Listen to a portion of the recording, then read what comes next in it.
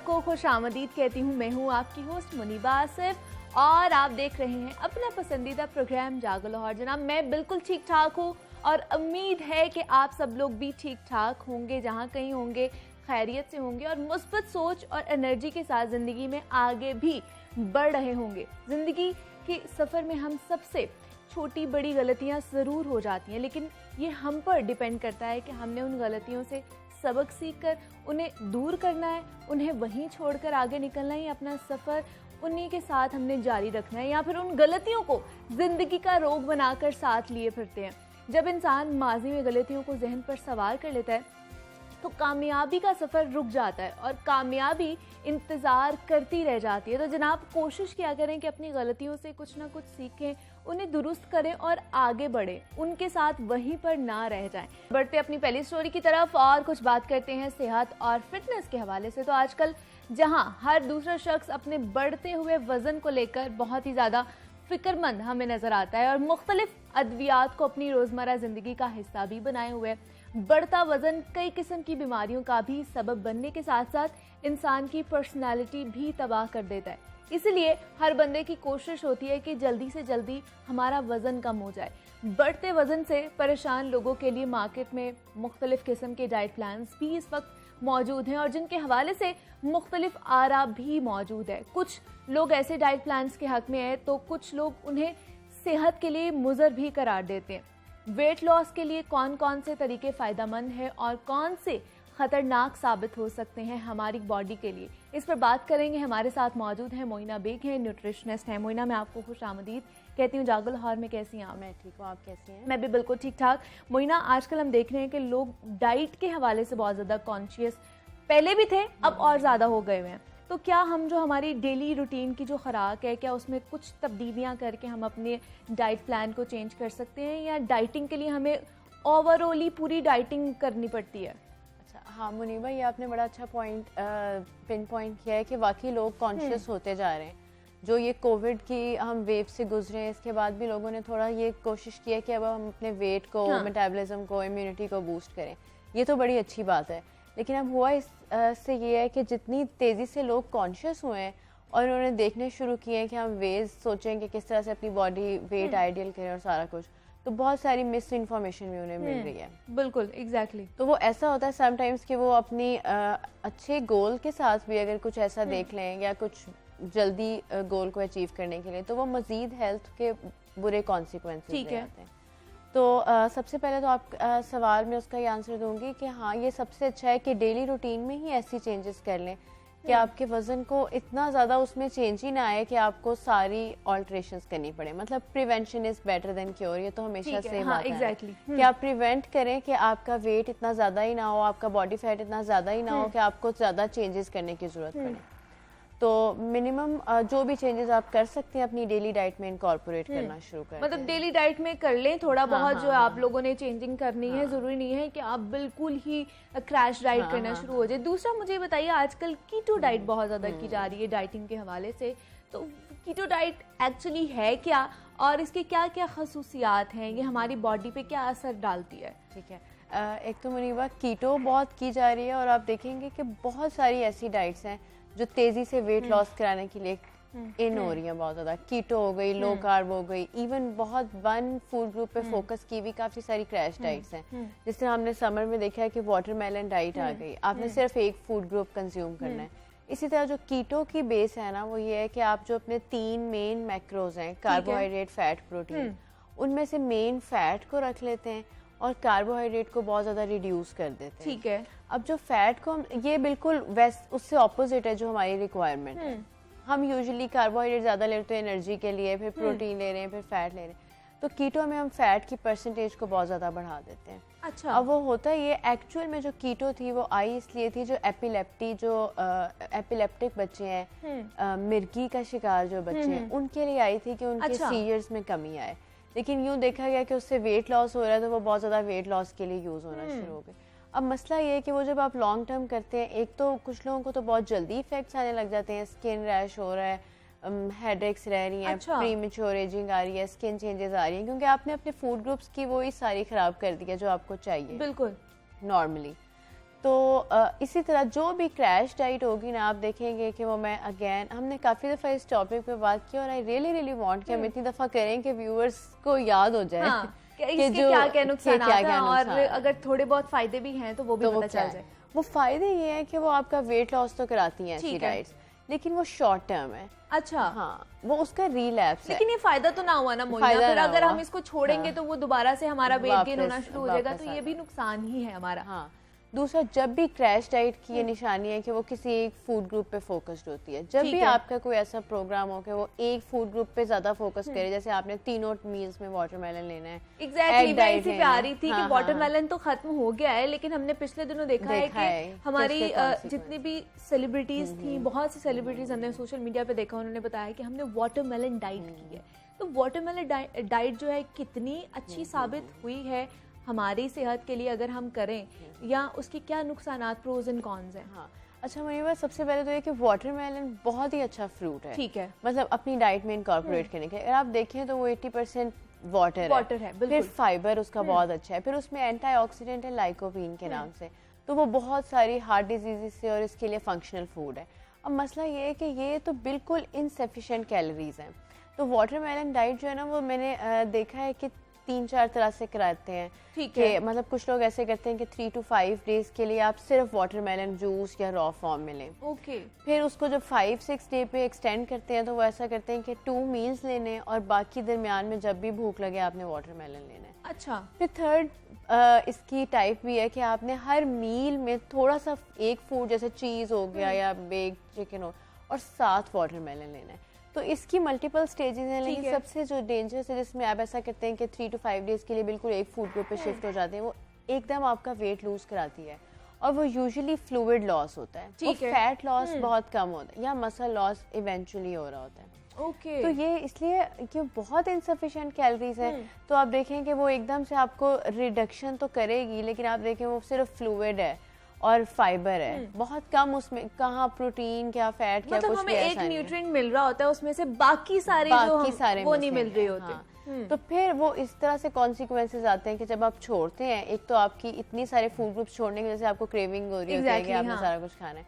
तो उसका रिलैप्स होता है, आप बहुत ज्यादा बिंज ईटिंग पे शिफ्ट हो जाते हैं। अच्छा, फिर दूसरा ये होता है कि आप बिल्कुल फ्लूइड पे, एक तरह से लिक्विड डाइट पे रहे हैं, तो आपको कॉन्स्टिपेशन के मसले, आपके कोई हेयर फॉल बढ़ गया है, कोई भी ऐसी चीज़ जिसकी जो वियर एंड टीयर के लिए जिसे बाकी न्यूट्रिएंट्स चाहिए वो मिसिंग है, तो वो आपको उसके कॉन्सिक्वेंसेस बाद में देखने पड़ते हैं।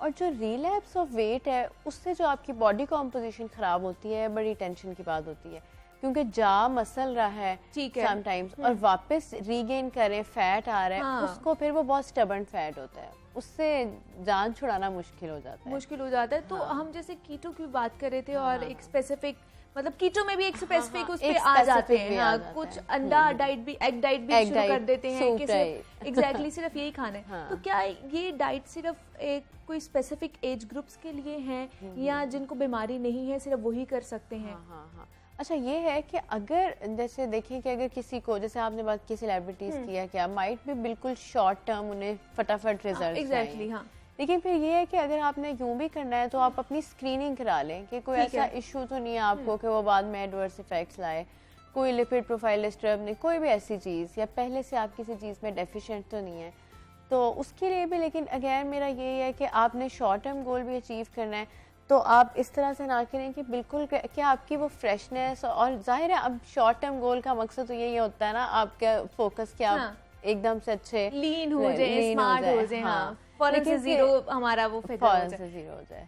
लेकिन फिर भी मेरा ये मैसेज है कि गोल आपका हेल्थ है अगर, ठीक है, तो फिर आपको यूं नहीं करना चाहिए कि आपका नेचुरल जो हमने ह्यूमन के लिए एक पूरा फूड ग्रुप, जैसे फूड प्लेट हम यूजुअली डिजाइन की होती है, कि उसको पार्ट्स में करें, उसमें 4 फूड ग्रुप्स और साथ एक मिल्क का ग्लास में होता है कि 5 चीजें आपको डेली चाहिए। ठीक है, तो जो चीजें ह्यूमन बॉडी को डेली चाहिए, उसकी वर्किंग के लिए, कोई भी चीज की वर्किंग के लिए, किसी मशीन की वर्किंग के लिए, जब तक कंपोनेंट्स पूरे नहीं होते वो उस तरह से वर्क नहीं करते। बिल्कुल ऐसे ही है। तो ऐसा ना हो कि आप वो कर रहे हो साइज रिडक्शन के लिए, लेकिन आपकी एनर्जी लेवल्स में, आपकी स्किन हेयर में ऐसी फ्रेशनेस ही ना रहे, आपको इवेंचुअली उसके साइड इफेक्ट्स। तो क्या मोइना, जो कीटो डाइट में अमूमन इंग्रेडिएंट्स कौन से यूज होते हैं, और क्या हम वो घर पर भी बना सकते हैं?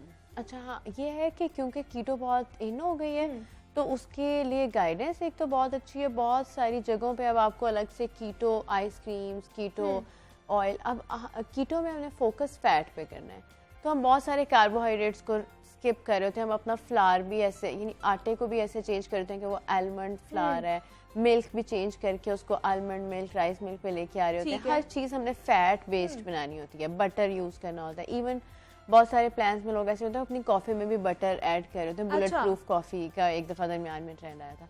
तो मेन इसमें फैट फूड ग्रुप है, और फिर सारी कॉम्पोजिशन को उस तरह से चेंज करते हैं कि वो फैट में बनने शुरू हो जाए। तो ये क्या नुकसानदेह है हमारे लिए?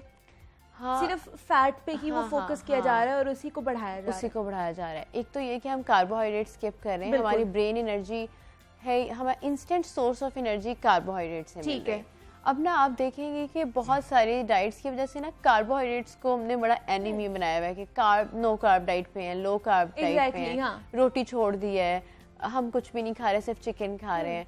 तो हालांकि कार्बोहाइड्रेट्स के अपने फ़ायदे हैं। अगर आप फ्लावर उस तरह से अच्छी फॉर्म में लेते हैं, आपको बी विटामिन्स मिल रहे हैं, आपको इंस्टेंट एनर्जी मिल रही है, आपको ब्रेन एनर्जी, मतलब आपको एक्टिव रहने के लिए आपको कार्बोहाइड्रेट्स चाहिए। सिर्फ इसमें ये होता है कि आपको ना टाइप चेंज करनी पड़ती है, मतलब आप कार्बोहाइड्रेट्स को मॉडिफाई करते हैं, ठीक है, उसको प्रोसेस्ड फॉर्म में नहीं लेते क्योंकि वो बिल्कुल इंस्टेंटली आपके फैट में चेंज हो रहा होता है, लेकिन आप उसको फाइबर रिच फॉर्म में ले सकते हैं, जिससे आप रिप्लेस कर लें, आप वाइट से ब्राउन ब्रेड पे आ जाएं, आप ब्राउन राइस पे आ जाएं, आप सिंपल फ्लावर से मिक्स्ड फ्लावर पे आ जाएं, आप उसका क्वांटिटी कम कर दें, उसके साथ फूड्स और साइड डिशेस ऐसी ऐड कर लें कि फाइबर मिल जाए। तो जब जब बैलेंस रहेगा ना तब तब सारी चीज़ें सही चलेंगी। ठीक है, तो क्या मोइना जैसे कीटो डाइट भी है, वैसे आपने भी बताया कि लो कार्ब्स डाइट पर बहुत ज़्यादा इन है, ये दोनों एक ही हैं या इनमें कोई फ़र्क है? इनमें भी डिफरेंट तरह के फ़र्क आते हैं। कुछ लोग ऐसा करते हैं कि बिल्कुल नो कार्बोहाइड्रेट पे चले जाते हैं कि हमने कार्बोहाइड्रेट लेना ही नहीं है। कुछ 5 to 10% कैलोरीज कार्बोहाइड्रेट से कराते हैं, लेकिन क्योंकि हमारी जो रिकमेंडेशंस हैं उनमें 40 से 60% की रेशियो हमें कार्बोहाइड्रेट से चाहिए, तो वो नहीं मिल रही होती। और उसको जब हम 5-10 पे भी ले जाते हैं तो वो जो हमें, जिस तरह से हमें अपने जीआई के लिए थोड़ा सा फाइबर और कार्बोहाइड्रेट चाहिए, वो नहीं मिल रहे होते। फिर कुछ लोगों को बहुत ज़्यादा हेडेक रहने लग जाता है। फिर जब आप अपना शिफ्ट कर लेते हैं ना बॉडी का वे कि वो कार्बोहाइड्रेट्स की बजाय फैट डिपेंडेंट है, बिल्कुल, तो कुछ चीज़ें जिस तरह प्रीमेच्योर एजिंग आ गई, हेयर लॉस बहुत ज़्यादा हो गया स्किन की, क्योंकि आप नेचर से जितनी दूर जाते जाएंगे ना उतने आपको उसके कॉन्सिक्वेंसेस टॉलरेट करने पड़ेंगे। तो क्या इनके मुतबादिल कोई और डाइट प्लान है हमारे लिए? मतलब अगर हमने घर में डाइट करनी है और महीने में अगर वजन कम करना है तो क्या हम करें? हाँ, सबसे आइडियल वे तो ये है कि सबसे शुरू ऐसे करें कि क्लीन ईटिंग से शुरू करें। ठीक है, जो आपको लगता है ना कि ये मेरा, जिस तरह बहुत ज़्यादा एक फूड पे फोकस करना डाइटिंग के लिए गलत है, तो डेली रूटीन में भी आप समझेंगे यही गलत है। जैसे अब लोग जंक बार बार ले रहे हैं, तो जंक को भी मैं यूँ ही अक्सर कहती हूँ कि आप जहन में ये डेफिनेशन रखें कि जो भी foods high in salt and sugar हैं एंड फैट ऑब्वियसली, तो जो बहुत ज़्यादा आप देखेंगे कि प्रोसेस्ड फूड में सॉल्ट एडेड है, वाइट शुगर एडेड है, वो दोनों चीज़ें आपको लेके जा रही है किसी भी हेल्थ कॉन्सिक्वेंसेस की तरफ। तो आप सबसे पहले क्लीन ईटिंग शुरू करें। फिर अगैन आप अगर किसी प्रोफेशनल से मिल लेते हैं और वो आपकी कैलोरी काउंट कर देता है, मतलब आपके करंट वेट पे इतनी कैलोरीज चाहिए, इसको कम करके काउंटर दे दें, तो रिमेनिंग वो फैट बर्निंग से ले ले, तो ये बहुत ही हेल्दी वे है फैट लॉस करने का। अब जहन में हमें ये रखना चाहिए कि हमने वेट लॉस को ऐसे लॉस करना है कि फैट लूज हो, हमारा मसल ना लूज हो, हमारी हेल्थ ना लूज हो, बाल स्किन ना लूज हो। तो ये अगर जहन में रखें तो फिर ये है कि आप अपनी कैलोरी काउंट करवा लें और अपने जहन में थोड़े रियलिस्टिक गोल्स रखें। फंक्शनल फूड्स ऐड करें, अच्छे फूड्स, जैसे अपनी हाइड्रेशन पे फोकस करें, स्लीप साइकिल पे फोकस करें, कोई हार्मोनल इम्बैलेंस ना हो, इन चीज़ों पे फोकस करते हुए अगर आप अपना आइडियल वेट के हिसाब से कैलोरी काउंट करा लेते हैं तो वो बड़े आइडियल और नेचुरल तरीके से आपका वेट लूज होना। और दूसरा मोइना, मैंने ये भी देखा है कि बहुत सी ख़वातीन ऐसे भी हैं जिन्होंने एक मील स्किप कर दिया, मतलब रात का मील स्किप कर दिया और उनकी जगह वो टैबलेट्स खा रही हैं। हाँ, बिल्कुल ऐसे। क्या ये नुकसानदेह है हमारी सेहत के लिए? हाँ, इस तरह से है कि मल्टीविटामिन हमें चाहिए, क्योंकि मैं ये मील स्किप देखिए उसमें वो बिल्कुल भी आप वही अगेन आपने बिल्कुल एक नेचुरल चीज़ है जिसमें मल्टीपल चीज़ें आ रही। हमारे इतने सारे विटामिन मिनरल्स हैं जो हमें हर फूड ग्रुप्स में से मिल रहे होते हैं।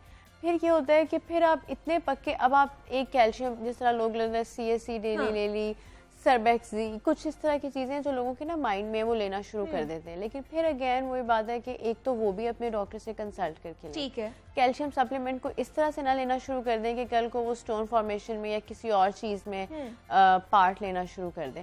तो आप हर चीज़ के लिए अगर डिज़ायर्ड बंदे से कंसल्टेशन ले लें तो एक तो वो बड़ा इंपॉर्टेंट पॉइंट है, क्योंकि उसके जहन में वो सारे कॉन्सिक्वेंसेस होंगे और वो आपको गाइड कर देगा अच्छे तरीके से। हाँ, सेकेंडली ये कि जिस तरह सेल्फ मेडिकेशन आपके लिए खतरे का बायस है, इस तरह जो सेल्फ डाइट प्लानिंग है वो आपको कोई भी कॉन्सिक्वेंस ला सकती है। फिर वेट स्टक हो जाता है लोगों का, फिर हिलता नहीं है। तो अगर आप यूं के बाद किसी को कंसल्ट करें ना, फिर आपको टाइम लगता है थोड़ा सा करने में।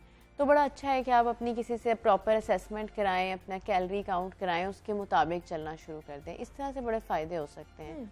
दूसरा इंटरमिटेंट फास्टिंग बहुत ज़्यादा चल रही है मोइना, मतलब जहाँ कीटो है, जहाँ लो कार्ब्स है, वहाँ पर ये भी चल रही है। मुझे तो समझ नहीं आ रही कि क्या क्या चल रहा है मार्केट में। हमें तो सिर्फ ये पता है कि हमने ये खाना है और 3 टाइम खाना है। तो ये कब करनी चाहिए और इसको कितना वक्त देना चाहिए, करनी भी चाहिए या नहीं करनी चाहिए? अच्छा, ऐसा है कि फास्टिंग जो है ना, आप देखिए जिस तरह हमारे तो रिलीजन में फास्टिंग है, अगर आप वही करें ना वंस अ ईयर, अगर आप वो 30 डेज फास्ट कर लेते हैं तो आई थिंक कि वो बड़ी अच्छी रहती है, क्योंकि फास्टिंग के कुछ फ़ायदे होते हैं। एक तो ये कि हम जिस तरह से रैपिड मील्स ले रहे होते हैं ना, हम बड़े एडिक्टेड होते हैं अब, और वो समटाइम्स फूड ही हमें बना रही होती है कि अब हमने एक टाइम कार्बोहाइड्रेट लिया है, फिर वो जिस तरह से इंसुलिन सिक्रीशन और वो सारा, हमें नेक्स्ट मील की क्रेविंग हो रही है। ठीक है। तो वंस अ ईयर जिस तरह हम फास्टिंग करते हैं तो हमारी बहुत सारा मेटाबॉलिज्म बूस्ट हो गया, बहुत सारा जो फैट्स एक्यूमुलेशन है वो कम होना शुरू हो गई। तो लेकिन उसके अलावा लॉन्ग टर्म के लिए अगेन ये नहीं है। ठीक है। क्योंकि वो सारी चीज़ें, फिर लोग मील स्किपिंग पे इतना ज़्यादा आ जाते हैं, फिर ब्रेकफास्ट नहीं कर रहे हैं, फिर पूरे डे की एनर्जी जा रही है कि वो रिलैप्स होता है।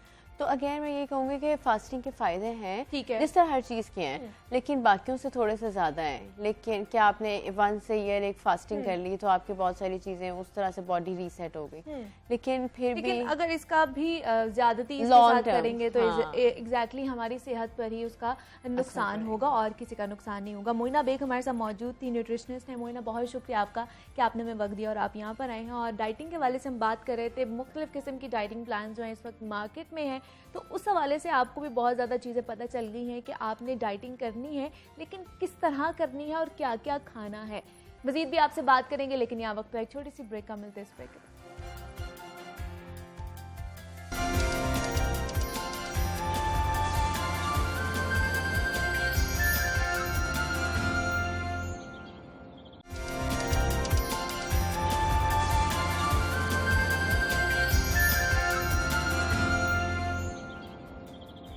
वेलकम बैक टू जागो लाहौर। जनाब, अब हमने बात करनी है उस खौफनाक मुहलिक वायरस के हवाले से, और थोड़ा सा आपको डराना भी है। और डराना इस हवाले से है कि आप लोग प्लीज़ जो SOPs हैं उनके ऊपर अमल दरामद करें, क्योंकि एक मरतबा फिर हम देख रहे हैं कि जो कोरोना वायरस है उसमें तेज़ी देखने को आ रही है और जो इसकी चौथी लहर का खदशा शिद्दत इख्तियार करता जा रहा है। लाहौर की अगर बात की जाए तो लाहौर में मूजी वायरस के फैलाव की शरह 7.1 तक जा पहुंची है। गुज़श्ता 24 घंटे की अगर मैं आपको बताती चलूँ बात, तो शहर में 3 मरीज जाँ बहक हुए हैं और 289 नए केसेस भी रिपोर्ट हुए। लाहौर समेत पंजाब भर में डेल्टा वायरस के मजीद 100 मरीज सामने आए। 2 हफ्तों में डेल्टा वायरस से मुतासरा मरीजों की तादाद 180 हो चुकी है और बढ़ते खतरे के बावजूद शहरियों की जानिब से गैर संजीदगी का मुजाहिरा देखने को मिल रहा है। शहर के मुख्तलिफ बाजारों की अगर बात की जाए, मार्केटों की बात की जाए, तो SOPs नज़रअंदाज किए जा रहे हैं। दूसरी जानिब कोरोना वैक्सीन लगाने का अमल भी जारी है और घर घर जाकर वैक्सीन लगाने की मुहिम का आगाज़ भी हो चुका है, लेकिन अभी भी कोरोना वैक्सीन लगाने की शरह जो है और उसका हदफ जो है वो हमें बहुत कम नज़र आ रहा है। कोरोना की सूरत हाल क्या है, किस तरह इससे निपटा जा सकता है, इस पर बात करेंगे। प्रोफेसर डॉक्टर ताहिर याकूब है हमारे साथ, वायरोलॉजिस्ट हैं और मेंबर हैं कोरोना एडवाइजरी ग्रुप के। सर, मैं आपको खुशामदीद कहती हूँ जागो लाहौर में। कैसे हैं आप? Thank you ma'am. सर, हम देख रहे हैं कि जो कोरोना की चौथी लहर है, ये जैसे भारतीय किस्म का जा रहा है डेल्टा वायरस, ये बहुत ज़्यादा ख़तरनाक होता जा रहा है। तो हमें ये बताइएगा कि जो पहले जो हमने 3 लहरें देखी हैं और 3 वायरसेस देखे हैं, ये इनसे कितना मुख्तलिफ है और कितना ख़तरनाक है? अच्छा, ऐसा है कि अब जो WHO ने कुछ नाम चेंज कर दिए हैं इनके। पहले तो कंट्रीज़ के नाम पे या सिटीज़ के नाम पे एग्जैक्टली, हाँ जी। तो अब उन्होंने अल्फ़ा, बीटा, गामा करके तो डेल्टा, तो जो इंडिया से निकला था वेरिएंट, तो उसका नाम डेल्टा रखा है। तो डेल्टा की जो एक आप समझें कि सिर्फ बुरी बात यह है कि ये जो अपना, अगर मैं कहूँ कि जो वाइल्ड टाइप वायरस था जो ओरिजिनली वुहान से इशू हुआ था, जो वुहान से निकला था, तो उससे ये आप समझें कि कोई 100 टाइम ज़्यादा हो गया है, क्योंकि उसके बाद वाला जो वायरस था वो 50 टाइम उसकी ट्रांसमिसिबिलिटी बढ़ गई थी।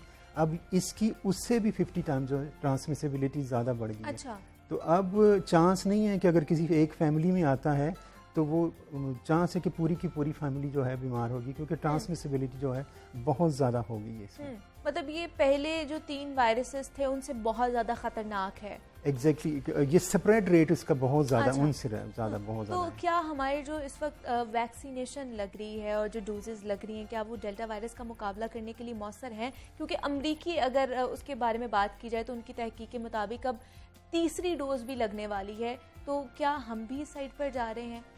हम तो अभी जो है सेकंड डोज भी हमारी पूरी नहीं है, अब तो हमारी लेस देन 40%, बल्कि कुछ 1-1.5 करोड़ ही हम हैं, क्योंकि 23-24 करोड़ हम लोग हैं। तो पॉपुलेशन कहते हैं कि अगर डिजीज़ को कंट्रोल करना हो तो अब जो नया डेटा है वो कहते हैं कि 90% वैक्सीन होगी तो डिजीज़ को आप कह सकते हैं कि आपकी जो हर्ड इम्यूनिटी आई है, लेकिन हम तो अभी बहुत नीचे हैं। तो लेकिन फिर भी शुक्र है कि इस मुल्क में vaccine free of cost available है और डिफरेंट किस्म की वैक्सीन अवेलेबल। अभी मैं तो मेरी राय है कि अभी जो भी वैक्सीन अवेलेबल है वो आप लगवा लेनी चाहिए, क्योंकि वैक्सीन प्रोटेक्शन देती है। वैक्सीन का काम ये नहीं है कि डिजीज़ 100% कंट्रोल करे। हमारा कॉन्सेप्ट ये है कि वैक्सीन जो है हॉस्पिटलाइजेशन को रोके, डिजीज़ को सीरियस होने से रोके। तो इसलिए वैक्सीन तो ज़रूर लगवानी चाहिए, जिसको अवेलेबल है, जो भी वैक्सीन अवेलेबल है लगवानी चाहिए। लेकिन बहुत से केसेस सर हमने ऐसे भी देखे हैं कि वैक्सीन की डोजेस पूरी होने के बावजूद भी वो कोरोना का शिकार हो गए। जी, यही है कि ये वेरिएंट है कि पहले जो वैक्सीन लगी है उससे ये डिफरेंट है। तो जैसे मैंने कहा था कि वैक्सीन का जो कॉन्सेप्ट है कि सीरियसनेस ऑफ द डिजीज़ को कम किया जाए, कि हॉस्पिटल, कि ये ना हो कि जैसे मैंने कहा कि इसका जो वाइल्ड टाइप से 100% जो है ट्रांसमिसिबिलिटी ज़्यादा हो गई है, तो हॉस्पिटल्स पे इतना बर्डन आ जाएगा अगर हमने वैक्सीन ना लगवाई या हमने प्रोटेक्शन ना की, तो हमारा हॉस्पिटल ये लोड उठा नहीं सकेंगे। जैसे इंडिया में हुआ था वहीं लोग सड़कों में पड़े होंगे। बिल्कुल, तो बिल्कुल। उस हालात से बचने के लिए बेहतर है you go for the vaccine जो भी अवेलेबल है, और अपनी जो प्रोटेक्शन कर सकते हैं, जो 3-4 मेथड हैं वो करने चाहिए। तो क्या सर ये जो डेल्टा वेरिएंट है, ये इसका मरीज़ जो है वो 14 रोज़ में रिकवर हो जाता है? जैसे पहले हम देख रहे थे 3 वेव्स में उनको सिर्फ 14 दिन का टाइम चाहिए होता है, टाइम पीरियड, या उसको और ज़्यादा अरसा भी लग सकता है रिकवर करने के लिए? इसमें मेजॉरिटी जो लोग हैं वो तो रिकवर उतने ही हो रहे हैं, लेकिन कुछ लोगों की जिनके डिजीज़ और साथ कोई सेकेंडरी और इन्फेक्शन होती हैं या और प्रॉब्लम होती हैं, उनमें डिजीज़ थोड़ी सी लिंगर ऑन कर जाती होती है, लेकिन नॉर्मली लोग जो है इतने टाइम में रिकवर कर जाते हैं। उसमें साइन सिम्टम में कोई बहुत ज़्यादा फ़र्क नहीं है। इसमें एक चीज़ जो आई है वो कि नॉर्मली पहले हमारा जो अपर रेस्पिरेटरी ट्रैक था वो वायरस में ज़्यादा, क्योंकि वहाँ जो रिसेप्टर साइट्स हैं वो इतनी ज़्यादा नहीं है, वो वहाँ ज़्यादा इतना ग्रो नहीं कर रहा था। लेकिन अब इसकी ट्रांसमिसिबिलिटी की वजह यह है कि अब ये जो अपर रेस्पिरेटरी ट्रैक्ट है, नाक है, इस जगह पे ये ग्रो होना शुरू कर गया हो गया। जिस वजह से ये डिजीज़ ज़्यादा स्प्रेड हो रही है। इवन जो वैक्सीनेटेड लोग हैं, मेरा ख्याल है कि उनको भी मास्क पहनना चाहिए, बिकॉज मैं अब कहता हूँ कि वो बॉम्ब है, सॉर्ट ऑफ द बॉम्ब है। क्योंकि उनके अंदर वायरस आता है, उनको डिजीज़ खुद बहुत कम आती है, लेकिन वो डिजीज़ स्प्रेड करने का सोर्स ज़रूर बन रहे हैं। तो इसलिए जो भी बंदा है जो either he is a vaccinated है और नॉन वैक्सीनेटेड है, ही और she should must wear the mask जो है, और सोशल डिस्टेंसिंग कम करनी चाहिए। हैंड वॉशिंग जो है, 3 बेसिक स्टेप जो हैं वो हमें ज़रूर लेने चाहिए इस पैंडेमिक को कंट्रोल करने के लिए। तो क्या अब कोरोना अगर अभी भी हो जाए, डेल्टा वेरिएंट हो जाए, तो किस तरह का इलाज हमें चाहिए, ज़रूरी है? क्या यही इलाज है जो हम पहले से करते आ रहे हैं? बिल्कुल वही इलाज है, इसमें कोई फ़र्क नहीं है, क्योंकि वही वायरस है, उसी में थोड़ी चेंजेस आई है, उसकी प्रोटीन जो है एस प्रोटीन, उसमें थोड़ी चेंजेस आई है, जिस वजह बाकी ट्रीटमेंट वही है, उसमें कोई फ़र्क नहीं है। तो क्या इस वायरस में और भी आगे जाकर चेंजिंग आ सकती हैं? जी, इसमें और बहुत सारी ऑलरेडी चेंज आ गई हुई हैं। जैसे हम कहते हैं कि लैम्डा, शायद कराची में लैम्डा भी 25% तक लैम्डा भी पहुंच गया है, एटा है, गामा है, और डिफरेंट वायरस जैसे चेंजेस। ये क्या डेल्टा की किस्म है या अलग वायरस? नहीं, ये अलग है। ये जैसे अल्फा, ये गामा, इनके नाम आ रहे हैं, ये इनकी जो है थोड़ी सी वेरिएशन इन प्रोटीन में, कि अब तक तो इसकी जो प्रोटीन्स हैं उसके अंदर कुछ 4000 चेंजेस आ चुकी हैं। जो एस प्रोटीन अकेली की बात की जाए तो उसमें कोई 23 के करीब ज़्यादा चेंजेस आ चुकी हुई हैं। तो एक ही अगर इसका S1 जो सेगमेंट होता है उसके अंदर 9 जो है वो चेंजेस, तो इसमें चेंजेस तो बहुत ज़्यादा आ रहे हैं। और जैसे जैसे ये मल्टीप्लाई कर रहा है, लोगों के अंदर रेप्लिकेशन हो रही है, वैसे जैसे से इम्यून प्रेशर आ रहा है, वैक्सीन आ रही है, ट्रीटमेंट हो रहा है, तो वायरस भी मतलब अपने आप को चेंज करता है, वो भी रिस्पॉन्ड बैक करता है। तो सो इज चेंजिंग। तो चेंज उस पे क्यों आ रहा है? मतलब क्या हम लोग एहतियात नहीं कर रहे इसलिए चेंज आ रहा है और वो इतना खतरनाक होता जा रहा है वायरस जो है? जी, अब असल रीज़न होती है कि जो RNA वायरसेस होते हैं उनमें गलती करने का चांसेस ज़्यादा होते हैं, कि उनमें जो म्यूटेशन रेट ज़्यादा होता है। लकीली इस वायरस में म्यूटेशन रेट इतना नहीं है जितना यही अगर इन्फ्लुएंजा वायरस होता या कोई और अन्य वायरस होता। इसमें इतनी अब तक ये 2 साल के अंदर वो अगर वायरस होता तो ज़मीन आसमान का फ़र्क होना था। अच्छा। लेकिन लकीली इस वायरस में इतनी म्यूटेशन नहीं है, लेकिन फिर भी क्योंकि ये अरबों की तादाद में लोगों के अंदर रेप्लिकेट किया है, मिलियंस और बिलियंस ऑफ टाइम ये रेप्लिकेट कर रहा है, तो कहीं ना कहीं कोई गलती वायरस की जो जिनोम में हो जाती है, जिसको हम कहते हैं कि म्यूटेशन है, जो जहाँ से वायरस चेंज हो जाता है। और सर कहा जा रहा है कि ये जो डेल्टा वेरिएंट है ये बच्चों में भी हो रहा है और जानवरों में भी है, ऐसा है? जानवरों की तो अभी तक कोई इतनी ख़ास खबर नहीं आई, लेकिन बच्चों में ये डेफिनेटली, क्योंकि मैंने कहा था कि इसमें जो चेंजेस आई हैं कि जो कम रिसेप्टर भी जिन जगह पे थे, ACE2 जो था कम, तो वहाँ भी ये वायरस ग्रो करना शुरू हो गया।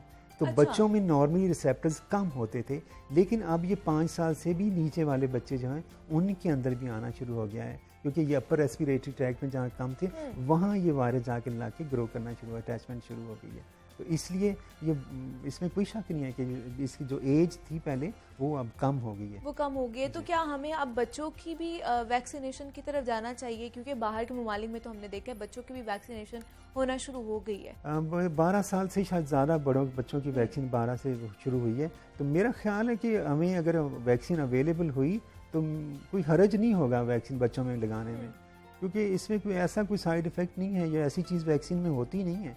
क्योंकि वैक्सीन बड़ी कैलकुलेटेड चीज़ होती है, बड़ी कैलकुलेशन के बाद मतलब कई महीने ट्रायल चलते हैं, एनिमल के ऊपर ट्रायल चलते हैं। बिल्कुल, और जो मेरे रिलेटिव हैं, मंकीज़ हैं, चिंपैंजीज़ हैं, मैं उन पे ट्रायल करता हूँ कि इनमें कोई अगर साइड इफ़ेक्ट आता है तो बच्चों में भी आएगा या दूसरे में भी आएगा। तो इसलिए मेरा नहीं ख्याल कि कोई बहुत ज़्यादा सीरियस इशू होगा अगर हम बच्चों की तरफ भी चले जाएँ। ठीक है, ये मामला जो है ये ख़तरनाक होता जा रहा है और मेरे ख्याल से हमें और हमारे बच्चों को और हमारे बुज़ुर्गों को एहतियात करने की बहुत ज़्यादा ज़रूरत है। और जो लोग बाहर जा रहे हैं, जो एक्सपोजर ले रहे हैं, बाहर जाकर काम काज पर जा रहे हैं, बिजनेस पे जा रहे हैं, वो ख़ास तौर पे बहुत ज़्यादा ख्याल रखें कि जब वो घर जा रहे हैं तो SOPs का ख्याल रखें, घर जाके हाथ धोएं अच्छी तरह, कपड़े चेंज करें, दिन किसी से मिलें, ताकि आप भी अपनी ज़िंदगी को बचाएं और जो आपसे मुंसलिक हैं आप उनकी ज़िंदगी को भी बचा सकें। डॉक्टर ताही याकूब हमारे साथ मौजूद थे, वायरोलॉजिस्ट हैं। डॉक्टर साहब बहुत शुक्रिया आपका कि आपने हमें वक्त दिया और आप यहाँ पर आए हैं। और दोबारा से आपसे यही दरख्वास्त है जनाब कि कोरोना की जो चौथी लहर है ये बहुत ज़्यादा ख़तरनाक होती जा रही है, तो खुदारा SOPs का ख्याल रखें। मज़ीद भी आपसे बात करेंगे, लेकिन यहाँ वक्त है एक छोटी सी ब्रेक का। मज़ीद ब्रेक के बाद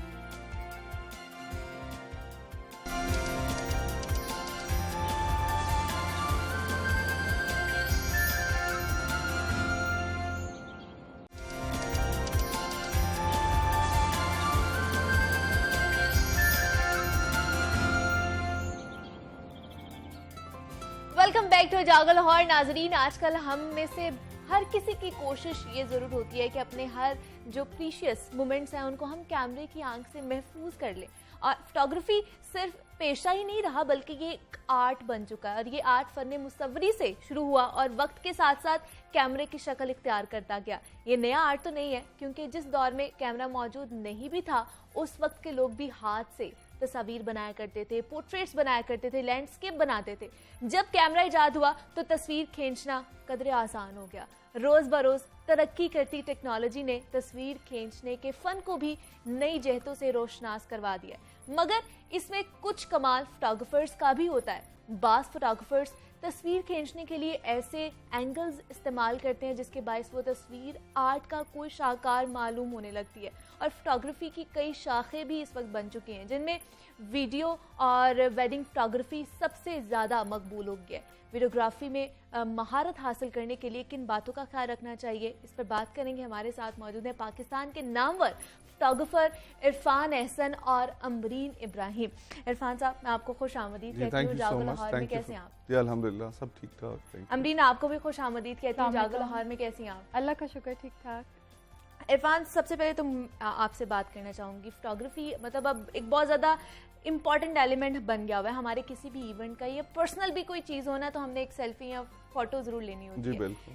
क्या फोटोग्राफी एक्चुअली है क्या, हमें ये बताइए पहले। देखिए, मेरी नज़र में फोटोग्राफी है, इट्स अ वे, जो मैं देखता हूँ, it's a way to cheat death. ठीक है, that's how I look at it, कि लाइफ इज वेरी फ्लीटिंग। जो मोमेंट अभी है वो दोबारा नहीं आएगी। एग्जैक्टली, हाँ। For me it is a medium to freeze that moment for eternity, forever. Even when I'm long gone, or even after you're gone, your grandkids see that picture Exactly, हाँ. and they relive the moment. मेरी नजर में photography ये है। ठीक है। वैसे तो it is the art of capturing light through a camera. बिल्कुल ऐसे ही है, बिल्कुल ऐसे ही। अमरीन, आपके लिए फोटोग्राफी क्या है? मेरे लिए फोटोग्राफी है मेमोरीज को कैप्चर करना जो दोबारा रिपीट नहीं होते। और मैंने वक्त के साथ ये सीखा है कि digital photography is not the end. आप हमेशा उसको प्रिंट कराओ, क्योंकि अब अगर मैं देखूं तो मैं अपनी जब बचपन की एल्बम्स देखती हूँ तो पता चलता है कि चाइल्डहुड कैसा गुजरा है, 10 इयर्स पहले का टाइम कैसा था। हाँ.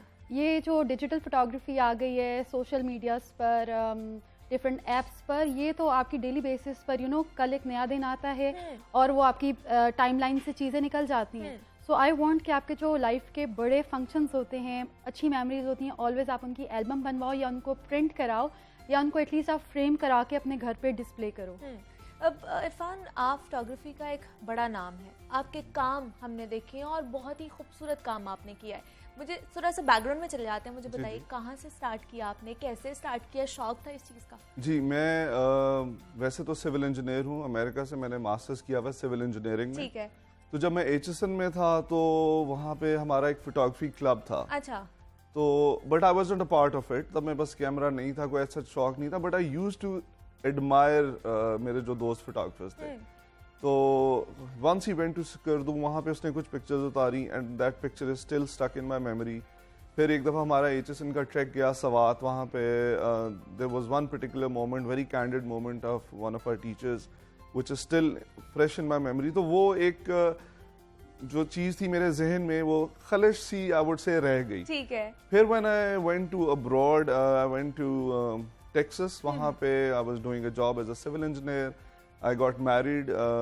My wife, she joined me, Nadia. ठीक है. And like I said, पहले भी I mentioned कि you're newly married, you have a pretty wife, and you have all the natural beauty around you. So you want to capture those moments. बिल्कुल, exactly. तो फिर मैंने एक point and shoot camera लिया. Okay. So हालांकि start वो जो germ था HSN से था, लेकिन वहाँ पे मैंने started taking pictures. ठीक है. फिर हम एक दफा canoeing पे गए लेक ऑस्टिन में. अच्छा. बोटिंग, और शी वॉज वो फ्रंट पे रो कर रही थी, मैं बैक पे रो कर रहा था। अब उसको था कि मैं टैन हो जाऊंगी, धूप तेज थी। तो she tried to switch sides. एक दफा बच गए, मैंने कहा ये क्या करी, व्हाट आर यू डूइंग? दूसरी time we toppled over, so I lost my camera in the water. और फिर मैंने कहा अब I am gonna get a DSLR। ठीक है। And then I brought a DSLR। फिर वो ब्लरिंग इफेक्ट आ गया, picture started looking better and better. So I started doing it on the side because lenses were very expensive. बिल्कुल, exactly. So I started posting on OLX, जैसे वहाँ पे Craigslist थी, and then the rest is history. वो जो आपका जो एक सफर है, खूबसूरत जर्नी है आपकी, वो स्टार्ट हुई। अमरीन, आपने किस तरह स्टार्ट किया? आपका एक कहते हैं ना इंस्पिरेशन आपकी कोई होती है जिसको आप देखकर कहते हैं कि हाँ हमने इनके पाथ पर चलना है। मेरी इंस्पिरेशन ये थे, ये मतलब इनको वैसे भी फादर ऑफ फोटोग्राफी कहा जाता है, बहुत से लोगों की इंस्पिरेशन शौक शुरू से था, बट एट द मोमेंट आपके कब आए थे इरफान भाई? 2010 में। हाँ, मैं इनको फॉलो करती थी, बट उस टाइम पे चूंकि इतना एक्सपोजर नहीं था, इनसे थोड़ी सी मुलाकात भी थी, इनसे शुरू किया था, लेकिन फिर उसके बाद मैंने फिर लम्स ज्वाइन किया, मैंने सर शाहिद जैदी की मैं स्टूडेंट रही। ठीक है। फिर वहाँ से सफ़र शुरू हुआ, लेकिन स्टार्ट हुआ था छोटे छोटे फंक्शन से। But you always need a mentor जो आपकी हेल्प आउट करता है। बिल्कुल। सो जब भी कोई इशू होता था, प्रॉब्लम होती थी, आइदर इनको फ़ोन आता था मेरा अच्छा या फिर सर शाहिद जैदी के पास मैं जाती थी। तो उसके साथ इवेंचुअली जो मैंने सीखा है कि ट्रैवलिंग इज़ वेरी इंपॉर्टेंट। आप एक इंस्टीट्यूट पर डिपेंड नहीं कर सकते, आप ऑनलाइन कोर्सेज पर नहीं डिपेंड कर सकते, आप इंटरनेशनल ट्रैवल करो। हम लोग टर्की गए, थाईलैंड गए, वहाँ पर मैंने जो जाकर उनके फोटोग्राफर से सीखा, स्पेशली एडिटिंग, जो फ़ोन एडिटिंग होती है, they are so good, they are so advance in photography, in editing skills. So travelling is very important. Turkey जाकर एक मैंने वर्कशॉप ली थी about candid photography, family photography कैसे करते हैं। So it's a online continue process, it's a you know ongoing process. इसमें भी आप टेक्निक सीखते रहते हो, सारी उम्र इंसान सीखता रहता है। दूसरा इरफान, आपने बड़ी बड़ी शादियाँ, बहुत बड़ी बड़ी शादियाँ आपने कवर की हैं और हमने देखा है, वो चाहे कोई सेलिब्रिटी हो, वो कोई हुकूमती बंदा हो, उनके कोई फंक्शंस हो, आपने सारे वो अटेंड किए हैं और खूबसूरत से कैप्चर भी किए हैं। कैसा एक्सपीरियंस रहा और क्या मतलब क्यों सोचा आपने कि आपने वेडिंग फोटोग्राफी में ही जाना है? Because the most money is in wedding photography. I'll be very honest. जो मेरा passion था, that was street photography, बच्चों की photography, capturing life, you know, everyday moments. जब मैं अमेरिका में था तो I did some research के शौक तो मेरा ये है, and I'm moving back to Pakistan. तो besides my engineering, how can I, you know, cash this? वहाँ पे तो मैं कर ही रहा था। तो मुझे जो वैक्यूम नजर आया, that was in wedding photography. Irfan भाई, यहाँ पर एक ऐसा भी है, जब मैंने शुरू किया था, आप अपना शौक कैरी कर रहे होते हो। मेरा था, मैं करती थी किड बच्चों की photography. At that time I was in school, but you know eventually आपके फ्रेंड्स, फैमिली आपको परस्यू करते हैं, मेरी शादी कवर कर दो, मेरी शादी। Exactly, और आप ना चाहते हुए भी आप उसमें जंप कर देते। This is how I started in US. I was doing baby photography, family photography, because I was very scared. Actually, this is another thing I want to discuss. I was so scared to capture a wedding because मुझे था कि मैंने किसी की moments ruin ना कर दूं। वहाँ पे तो हर बात पे लॉ सूट आ जाता है। बिल्कुल। So for 2 years I only did family photography. मुझे में confidence ही नहीं था कि मैं wedding पे जाके, because wedding तो redo नहीं हो सकती। Family shoot को तो आप पैसे वापस करके कह सकते हैं जी आप next weekend आ जाए।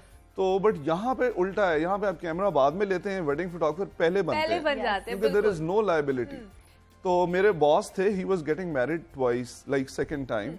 तो ही सेड के why don't you do my wedding, I don't want to invest too much. तो I did the wedding, the pictures were great and he said के ना you should quit engineering and start photography. तो मैंने कहा are you giving me a compliment और are you insulting me? तो खैर उसके बाद I started doing weddings more and फिर before you know I move to Pakistan, मेरी अच्छी प्रोफाइल बन चुकी हुई थी। एंड मेरा जो अपना वेडिंग फोटोग्राफी का एक्सपीरियंस था, that was very, I would से traumatic, because the photographer he said के पुट योर, जैसे वाइफ के अराउंड, तो I did and she was shaking. तो मैंने कहा यार ये, फिर हम दोनों, मैंने कहा नहीं आप ऐसे, मैंने ऐसे ही खड़े होकर पिक्चर, अभी भी वो हमारी वो कमरे में लगी हुई है। तो I wanted to change that. बाहर का जो था, it was very casual, very candid, the focus is on, वहाँ पे आपको नहीं कहा जाता कि आप स्टेट होके बैठे, आप ये करें, वो खुद ही कैप्चर कर लेते हैं moment. Yeah so that was my unique selling point when I moved to Pakistan, कि redo the wedding photography concept. Plus आप आउटडोर भी तो लेकर आए। एग्जैक्टली, आउटडोर भी यही लेकर आए वेडिंग फोटोग्राफी। तो अमरीन, आपको क्या क्या चैलेंजेस फेस करने पड़े आपको एज अ वुमेन? मतलब क्योंकि बहुत बड़ी टीम होती है एक फोटोग्राफर्स की। ये टाइम कंज्यूमिंग तो है। जब आप कोई प्रोफेशन स्टार्ट करते हैं, जो यंग गर्ल्स आ रही है, मैंने उनको भी मैसेज देना है कि स्टार्ट बहुत आसान होता है। जब आपका नाम नहीं स्टैब्लिश हुआ था मार्केट में, आप बहुत थोड़ा सा उनसे डिमांड करते हो और आप उनको दे भी देते हो, बट जैसे से आप द पैसेज ऑफ टाइम आपका नाम मार्केट में स्टैब्लिश होता है, that is the hard time. आपने क्वालिटी भी देनी है और आपने जो कमिंग ट्रेंड्स चल रहे होते हैं, लाइक देयर वाज, अब मुझे लगता है फोटोग्राफी इरफान भाई बहुत मुश्किल हो गई है। देयर वाज अ टाइम जब हमने सिर्फ क्वालिटी पे फोकस करना था, अब हमें ये होता है सोशल मीडिया पे भी कवरेज आनी है, इंस्टा पे भी स्टोरीज आनी है, हर मीडिया जो हमारे हैं सब पे स्टोरीज होनी चाहिए, साथ साथ उन पे लाइव कवरेज भी जा रही हो, and this is what client wants. अच्छा, ये फील्ड अब इस लिहाज से बहुत चैलेंजिंग हो गई है, and people are least bothered के एंड जो रिजल्ट है, जो लाइटिंग है, जो एल्बम है, उस पर फोकस खत्म हो गया है। क्योंकि हम देखते थे इरफान के, अगर पहले की बात करें तो पहले टीम आती भी थी अगर फोटोग्राफर्स की, तो 3-4 लोग होते थे और बड़ी अच्छी वो पूरी कवरेज करके जाते थे। अब 10-10 लोगों की टीम आती है। मेरी नजर में क्वालिटी चाहिए या हमें क्वांटिटी वो चाहिए? इवेंट हाईजैक हो जाता है। When I was learning photography abroad, तो जो चीज हमें सिखाई जाती है वो ये कि a photographer should be like a fly on the wall. ठीक है. They should see everything that is happening. They document that. They don't hijack the event. They don't interfere in the proceedings of the day. यहाँ पे multiple teams आ जाती हैं and client thinks कि multiple teams आने से काम अच्छा निकलेगा. Exactly, हाँ. यूं नहीं होता. It's just disruption. और इवेंट जो है उसकी प्रोसीडिंग नेचुरल कैंडिड जो आई वुड से मोमेंट्स हैं वो डिसरप्ट होती हैं. तो I don't recommend. I would say there shouldn't be more than 2 teams. अच्छा. One from the bride side, ठीक है. one from the groom side. हाँ. Yeah. That's it. लेकिन अब लोग होता ये अब ऐसा होता है? आपको लग रहा है ऐसा अब होता तो है? यूं it's very sad. I mean लोग कहते हैं कि यू केम टू पाकिस्तान और आपने इस प्रोफेशन को इज्जत दिलवाई. हाँ, exactly, because before that it wasn't like बिल्कुल दैट. ऐसे ही। इवन मेरी मॉम सेड कि हमने लड़का इंजीनियर बना के अमेरिका भेजा है और वो फोटोग्राफर फोटोग्राफर बन के आ गया. Yeah, अच्छा. right. These were my moms. So I had to work really hard on changing the mindset. लेकिन अब जहाँ बड़ी शादी हो रही होती है वहाँ पे जिसको पता लगता है वहाँ पे फ्री में घुस जाते हैं. Yes. And अच्छा, how can ये you? भी इसमें भी ये चीजें आ रही जी हैं. जी Of जी. course है. Just to get stories on the page कि हमारे पेज पे भी स्टोरीज Limelight वही लेने चल के रही लिए. हैं जो इरफान एहसन या अमरीन के Okay. पेज पे चल रही हैं. मतलब उनको किसी ने इनवाइट नहीं किया होता. Nobody वो invites सिर्फ them. फ्री ऑफ कॉस्ट आ जाते हैं. जी. And they say हम सैलून मैं सैलून की फोटोग्राफर हूँ. हाँ. मैं डिजाइनर की फोटोग्राफर अच्छा. हूँ. मैं इवेंट प्लानर की फोटोग्राफर हूँ और उनका काम बहुत आसान होता है. हम पे रिस्पॉन्सिबिलिटी होती है कि हमने अब हमारा जो हमने इरफान तो भाई एल्बम प्रोवाइड करनी है इरफान ना. भाई, Exactly, हमारा हाँ. मेन चैलेंज क्या हाँ, है कि हाँ. कोई फैमिली मेंबर मिस नहीं होगा. देखिए अगर 600-800 की गैदरिंग है और कोई उनके इम्पोर्टेंट गेस्ट जो कि आउट ऑफ कंट्री आए वो पीछे बैठे हुए हैं. हम लोग क्या कर रहे होते हैं? We are busy in covering every family बिल्कुल मेंबर. बिल्कुल ऐसे. वहाँ पर बाज़ औक़ात हमारी एस्थेटिक्स भी लैक हो जाती है और जो फ्री फोटोग्राफर्स आए हुए होते हैं they are just making like उन्होंने वो 100 इंस्टाग्राम के लिए पिक्चर्स निकाल Yes. रहे होते हैं. हम लोग कवरेज में लगे हुए होते हैं. तो इट और इज वो इट्स अपना इंस्टा और बाकी सोशल True, मीडिया true. जो है ना तो वो उस पे इट बिकम्स active वेरी होते प्रॉब्लमेटिक. इट्स बिकमिंग फोटोग्राफी करना आसान हो गया, पिक्चर उतारना आसान हो गया, Yes. लेकिन वेडिंग फोटोग्राफी डिलीवर करना मुश्किल हो गया. हैं. मुश्किल So होता it's जा not रहा कि we are old timers or we're cribbing about it. It's just we're trying to educate पता the है इसमें client. लॉस सिर्फ क्लाइंट को. क्लाइंट का एग्जैक्टली वहां पे इतना जब जमे गफीर बन जाएगा तो मेरे ख्याल से फिर आपके मूवमेंट्स भी हैं वो भी सही नहीं आते. दूसरा ट्रेनिंग कितना ज्यादा जरूरी है इरफान, क्योंकि हम यहाँ पे देखते हैं जैसे आपने भी बोला कि डीएसएलआर होता नहीं, आप फोटोग्राफर बन देखिए जाते हैं. फोन से सस्ता डीएसएलआर हो गया है. एग्जैक्टली. तो मेरा तो हमेशा ये है कि you should be true to your craft and to your client. Unless you master the science and the art जो कैमरे में है आप मोमेंट कैप्चर नहीं कर सकते. बिल्कुल ऐसे I'll he. give you an example. अगर रुखसती हो रही है और मुझे my fingers are not in sync with the camera settings मैं नहीं चेंज कर रहा बिल्कुल बिल्कुल और वो मोमेंट ब्लरी आती है तो कोई फायदा नहीं है मेरा. बिल्कुल ऐसे ही. तो training is very very important. लोग 10,000 पिक्चर्स उतारेंगे फिर उसके बाद वो क्लाइंट को 10,000 दे देंगे जिनमें से 100 अच्छी होंगी. That is not how Irfan भाई मुझे मैसेज आता है आप सिखाती हैं. मुझे अब ये लगता है ये चीजें सीखने से नहीं आती, चीजें प्रैक्टिस करने से आती बिल्कुल हैं. एब्सोल्युटली हर जगह एम्बियंस डिफरेंट होता है. बिल्कुल ऐसे ही है. Every room. मैं अपने क्लाइंट को हमेशा ये कहती हूँ प्लीज आप अपने घर में जाकर हर कमरे में पिक्चर खींचें. You will see the light. तो ये चीजें प्रैक्टिस से आती हैं. आप इंस्टीट्यूट जरूर जाओ. इंस्टीट्यूट आपको बेसिक नो हाउ दे देगा पर वो आपको प्रो नहीं बनाएगा. वो आप टाइम के साथ वो pro ऑन बनोगे. फील्ड एक्सपीरियंस से ही आप बनते हैं. इसमें तो कोई बिल्कुल doubt ऐसे ही. और दूसरा इरफान आजकल ड्रोन कैमरास बहुत ज्यादा चल रहे हैं, वेडिंग में भी यूज बिल्कुल, हो रहे हैं. बिल्कुल. तो वो उनका कैसा एक्सपीरियंस रहा? लोग अब उसके साथ कंफर्टेबल हो गए? हाँ जी, पहले वो पहले लोग हम देखते थे डरते कि थे. आते थे डर जाते थे. नहीं और वो होता उसकी वजह भी थी. वो टेक्नोलॉजी वाज न्यू तो वो they would lose contact with the controller तो इंसिडेंट्स भी होते थे. बट अब टेक्नोलॉजी मैच्योर भी हो गई है, कंट्रोल भी बढ़ गया है, लोगों को सेंस भी आ गई है.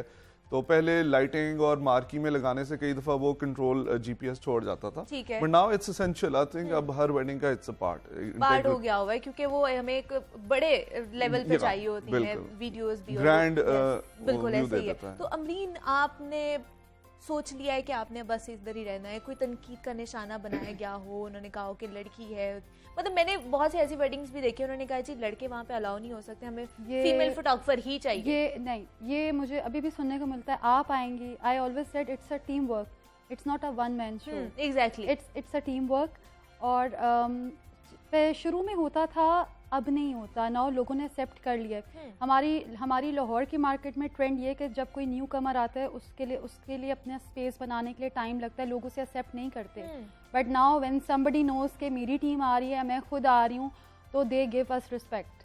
उनको पता है कि हमने रिस्पेक्ट देनी है भाई इस टीम को। दूसरा इरफान, जब आपको कोई क्लाइंट अप्रोच करता है फोटोग्राफी के लिए, वेडिंग फोटोग्राफी के लिए, तो क्या उनकी डिमांड होती है? वो कोई अनोखा ही मेरे ख्याल से एक कॉन्सेप्ट लेकर आते होंगे कि हमें ये चीज चाहिए। अब जो क्लाइंट है they are very educated now, at least from this point they know exactly they want जी हमें कैंडिड चाहिए, मुझे शूट के ऊपर इस तरह की पिक्चर चाहिए। They have sample pictures from me and other international photographers और even local photographers, and they show us कि हमें इस तरह की एम्बियंस चाहिए, हमें इस तरह की पिक्चर्स चाहिए, एंड हमें इस तरह का पोज चाहिए। And I try to tell them कि देखें, even if I try to take that pose of the previous couple again, I won't be able to do that. बिल्कुल ऐसे तो we'll try to come close to that, तो but we can never be sure कि we'll be able to replicate that। तो भाई मैंने भी इसकी पॉलिसी निकाली, हमारे पास भी आता था, हम उनको ये कहते हैं देखें वो सब्जेक्ट अलग है, उनकी ड्रेसिंग अलग है, उनकी केमिस्ट्री अलग है, उनकी इवन केमिस्ट्री अलग है, आप किसी को कॉपी नहीं कर सकते। बिल्कुल एग्जैक्टली ऐसे ही है। तो जो आप दोनों की आपस में कपल की केमिस्ट्री है ना, हम और एट द मोमेंट जो उनके मूड होते हैं, मूड इज वेरी इंपॉर्टेंट। बाज़ औक़ात कपल बहुत हैप्पी होता है तो उनके शूट्स बहुत अच्छे बिल्कुल ऐसा होता है। लाइक आतिफ असलम की वेडिंग व्हेन आई डिड, मुझे उन्हें एक पोज बताने की जरूरत नहीं पड़ी। अच्छा, बिकॉज वो हर शॉट के ऊपर पोज पे पोज दे रहे थे, आतिफ एंड सारा, दे हैड ग्रेट केमिस्ट्री। तो लेकिन कई कपल्स ऐसे होते हैं, शूट करते हुए आपको तो नहीं टेंशन हुई कि वो पोज पे पोज दे जा रहे हैं? आई केप्ट क्लिकिंग, वो इतनी पिक्चर्स उतर गई कि यू नो उनसे 10 एल्बम बन सकती थी। ये फोटोग्राफर के लिए ट्रीट होती है। Exactly. And there some couples जिन पे आपको समझ नहीं आ रही होती कि इनको कैसे। अब I will give you an example, एक शूट थी गवर्नर हाउस में, the guy paid me you know what I demanded, ठीक है, और मैं वहां गया हूं और मैंने कहा चलें आप साथ हो जाएं, कहते नहीं साथ नहीं खड़े होना। अच्छा, मतलब उन्हीं की शादी हो रही थी ना। एग्जैक्टली मैंने कहा चले हाथ पकड़ लें, कहते हाथ भी नहीं पकड़ना। ठीक है, तो मैंने कहा मुझे आप बताएं मैं क्या आपसे पोज कराऊं, आप मैं गवर्नर हाउस आया हूं, आपने पे किया हुआ है and you done everything to ensure a great shoot, लेकिन आप हाथ भी नहीं पकड़े, साथ भी नहीं खड़े। कहते मैं यूं करता हूं, ये आगे खड़ी हो जाए, मैं थोड़ा सा पीछे होकर खड़ा हो जाऊं ताकि लगे कि हम साथ खड़े हुए। तो अब हाउ कैन बी डिलीवर, लेकिन लोगों को शौक है। मतलब आपने वो करना भी नहीं है जो आप चाह रहे हैं, जो फोटोग्राफर चाह रहे हैं, ताकि अच्छा मोमेंट आ जाए। उसके बाद जब पिक्चर आएगी आप कहेंगे ये क्या किया। तो एक एंड ऑफ स्पेक्ट्रम वो है कपल जो keep giving you shot after shot, और एक इस तरह की ऑकवर्ड सिचुएशन हो जाती है, लेकिन we have to do our best. Exactly. लेकिन इरफान, बहुत से लोग ये भी शिकवा करते हैं कि जो वेडिंग फोटोग्राफी है बहुत ज्यादा महंगी है। ऐसा क्यों है? मतलब बहुत सारे लोग ये शिकवा करते नजर आते हैं। मैं आपको उसकी वजह बताता हूँ। देखें, इट इज, लोग कहते हैं आपने सिर्फ बटन ही तो दबाना है, लेकिन वो 5 लाख का वो कैमरा है, कोई 3 लाख का उसके आगे लेंस है, फिर उसके बाद आपने हर गवर्नमेंट अथॉरिटी के टैक्स भी पे करने हैं, यू हैव टू पे द रेंट, द बिल, सारा कुछ। देयर इज हार्ड ड्राइव के ऊपर हार्ड ड्राइव आपने खरीदनी है, कंप्यूटर 2-3 लाख के खरीदने हैं जो एडिट करने हैं, ऑल दीज थिंग्स। आपने अगर स्टूडियो बनाया है तो उसके ऊपर करोड़ों लगाया है, all these things add up. तो अगर खाली क्लिक ही करना हो तो फिर वो तो फोन से खुद ही फैमिली में कर लें, तो there is no need to वो ज्यादा बेहतर है। फिर आप यही कर सकते हैं, अगर आपने पैसा नहीं लगाना, शादी एक ही दफा होनी है, अगर अच्छी फोटोज आ जाएंगी, एल्बम अच्छी बन जाएगी तो आपकी जिंदगी अच्छी गुजर जाएगी। जाते जाते अमरीन, क्या मैसेज देना चाहेंगी? मैं मैसेज ये देना चाहूँगी कि हमेशा अपने फोटोग्राफर के साथ मीटिंग रखा करें, always share your expectations versus reality. ठीक है। और जो इरफान भाई ने बात की कि समटाइम्स ये हमारे साथ भी होता है, groom is not comfortable. Exactly, हाँ। सो ऑलवेज दोनों की मर्जी होना जरूरी है। मैं बाज़ औक़ात अपने वो शूट्स नहीं उठाती जिसमें ग्रूम बहुत ज़्यादा कैमरा शाय होते हैं। ओके। वो हमारे लिए बाज़ औक़ात डिलीवर करना मुश्किल होता है। प्लस इफ उनकी फैमिली में अगर ये ट्रेंड है कि जी हम लोग, हमारी शादियां बहुत लेट स्टार्ट होती हैं, वो लोग टाइम पर नहीं आते, हम वो शूट्स भी नहीं उठाते, इन चीज़ों का ख्याल रखना बहुत ज़रूरी है, बहुत ज़्यादा ज़रूरी है। मीटिंग। इरफान, आप क्या थोड़े से लफ्ज़ों में पैगाम देना चाहेंगे? मैं ये पैगाम देना चाहूँगा कि your event is really important to you and us as well. हमें ये होता है कि देखें, जिस एल्बम के पीछे इरफान हसन फोटोग्राफी लिखा हो, वो we should be able to confidently say and own up to it. तो जब आप इतने लोग बुला लेते हैं और हर फ्रेम में दूसरा फोटोग्राफर होता है, तो then it doesn't do justice to you. पैसे तो हम लेके साइड पे हो जाते हैं, लेकिन एल्बम के पीछे एंड पे इरफान हसन फोटोग्राफी, तो भी अपने साथ आप सिंसियर हों। बिल्कुल ऐसे ही है। इरफान हसन हमारे साथ मौजूद थी और अमरीन इब्राहिम, आप दोनों का बहुत ज्यादा शुक्रिया कि आपने वक्त निकाला और आप यहाँ पर आए हैं। थैंक यू सो मच जनाब। उम्मीद है कि आप लोगों को ये सेगमेंट भी पसंद आया होगा और ओवरऑल हमारा जो प्रोग्राम है वो भी पसंद आया होगा। हमें जरूर आप बताइएगा, फीडबैक दीजिएगा। मुझे आपने इजाजत देनी। अल्लाह हाफिज।